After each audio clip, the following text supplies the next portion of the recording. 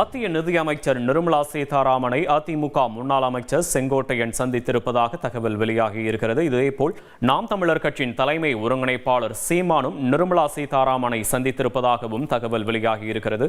கூடுதல் விவரங்களை செய்தியாளர் தாயுமானவன் வழங்க கேட்கலாம். தாயுமானவன் வணக்கம். இந்த சந்திப்பு குறித்த விவரங்களை பதிவு பண்ணலாம். மத்திய நிதியமைச்சர் நிர்மலா சீதாராமனை அதிமுக மூத்த தலைவரும் முன்னாள் அமைச்சருமாக இருக்கக்கூடிய செங்கோட்டையன் நேற்று நள்ளிரவு சந்தித்திருப்பதாக தகவல் என்பது வெளியிடப்பட்டிருக்கிறது. குறிப்பாக ஒருங்கிணைந்த அதிமுகவை மீண்டும் உருவாக்குவதற்கு செங்கோட்டையன் பணிகளில் ஈடுபட்டு வருவதாக தகவல் என்பது சொல்லப்பட்டு வரக்கூடிய ஒரு சூழல்ல மத்திய நிதியமைச்சர் நிர்மலா சீதாராமனுடனான சந்திப்பு என்பது முக்கியத்துவம் பெறுகிறது. நேற்றைய தினம் டெல்லியில் இருந்து தமிழகம் வந்திருந்த மத்திய நிதியமைச்சர் நிர்மலா சீதாராமனை செங்கோட்டையன் மட்டுமின்றி நாம் தமிழர் கட்சியினுடைய ஒருங்கிணைப்பாளர் சீமானும் சந்தித்ததாக தகவல்கள் என்பது வெளியிடப்பட்டிருக்கிறது.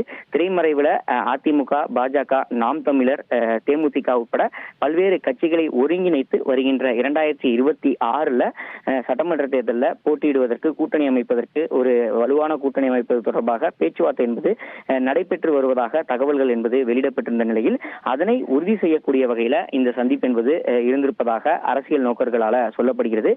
குறிப்பாக நாம் தமிழர் கட்சியினுடைய ஒருங்கிணைப்பாளர் தொடர்ச்சியாக சீமான் அவர்கள் மத்திய மாநில அரசுகளை கண்டித்து பல்வேறு கருத்துக்களை தெரிவித்திருந்த ஒரு சூழல்ல தற்போது மத்திய நிதியமைச்சர் நிர்மலா சீதாராமனை சந்தித்திருப்பது என்பது முக்கியத்துவம் வாய்ந்ததாக பார்க்கப்படுகிறது. ஏற்கனவே அதிமுக உடைய பொதுச் செயலாளர் இருக்கக்கூடிய எடப்பாடி பழனிசாமி மத்திய உள்துறை அமைச்சர் அமித்ஷாவை டெல்லியில சந்தித்து பேசியிருந்தார்.